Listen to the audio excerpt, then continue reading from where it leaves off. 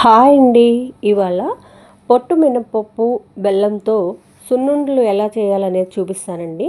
ముందుగా మనం పొట్టు మినపప్పుని శుభ్రంగా కడుక్కొని ఎండలో ఆరబెట్టుకొని తర్వాత వాటిని కొంచెం వేయించుకోవాలండి. బాగా వేగిన తర్వాత ఒక 15-20 నిమిషాల వరకు టైం పడుతుందండి. వేయించుకోవాలి. వేయించుకున్న తర్వాత దాన్ని మనం మిక్సీలో వేసుకొని పొడి చేసుకోవాలి. ఆ తర్వాత బెల్లాన్ని కూడా తగినంత బెల్లం కూడా తీసుకొని దాన్ని కూడా కలిపి మిక్సీ చేసేసుకుందామండి. మిక్సీ చేసుకునేటప్పుడే దీనిలో కొంచెం యాలకులను కూడా ఒక 2-3 యాలకులని తీసుకొని దాన్ని కూడా మిక్సీలో వేసేయండి. పొడి ఉంటే పొడి వేసేసేయండి.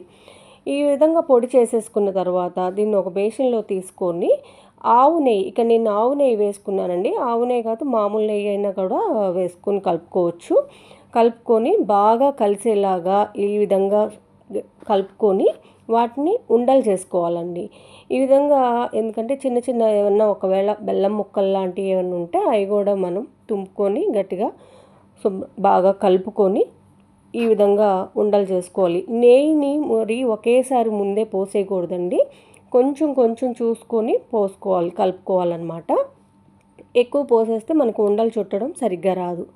ఇది అండి. మనం దీనిలో బాదం పప్పులు, జీడిపప్పులు కూడా మిక్సీ వేసేసి పొడైనా వేసుకోవచ్చు. లేదంటే చిన్న చిన్న పీసెస్గా కట్ చేసుకొని ఆ పీసెస్ని కూడా ఇందులో కలిపేసుకొని వాటితో పాటు కూడా మనం ఈ విధంగా ఉండలు చుట్టుకోవచ్చండి. ఇది సున్నుండలు రెసిపీ అండి. ఇప్పుడు దీనిలో ఉన్న పోషక విలువలు ఏంటో చెప్తాను మీకు. ఇది చాలా శక్తినిస్తుందండి. ఈ పొట్టు మినపప్పు అనేది ఇది ఎముకలకి బలంగా చేస్తుందన్నమాట. జీర్ణక్రియని మెరుగుపరుస్తుంది మరియు రక్తపోటును అదుపులో ఉంచుతుంది. మినపప్పులో కాల్షియం, మెగ్నీషియం వంటి పోషకాలు పుష్కలంగా ఉంటాయి. ఆయుర్వేదంలో మాష అని పిలుస్తారు మినపప్పుని. ఆయుర్వేదంలో ఆర్థరైటిస్, ఆస్తమా, పక్షవాతం లాంటి జబ్బుల నివారణలో వాడతారట. అలాగే మినప్పప్పు తీసుకోవడం వల్ల తలనొప్పి, జ్వరం, ఇన్ఫ్లమేషన్ వంటి సమస్యల నుండి విముక్తి కలుగుతుందట. సో చిన్నపిల్లలకి ఈ మినప సున్నుండల్ని తరచుగా పెట్టడం వల్ల వారి ఎముకలకి బలంగా అవుతాయి.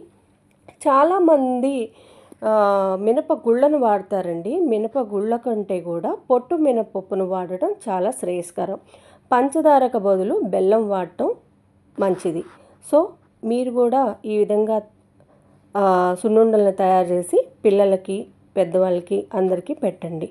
సో ఫ్రెండ్స్, ఈ వీడియో మీకు నచ్చినట్టయితే లైక్ చేయండి, షేర్ చేయండి, సబ్స్క్రైబ్ చేయండి. Bye friends.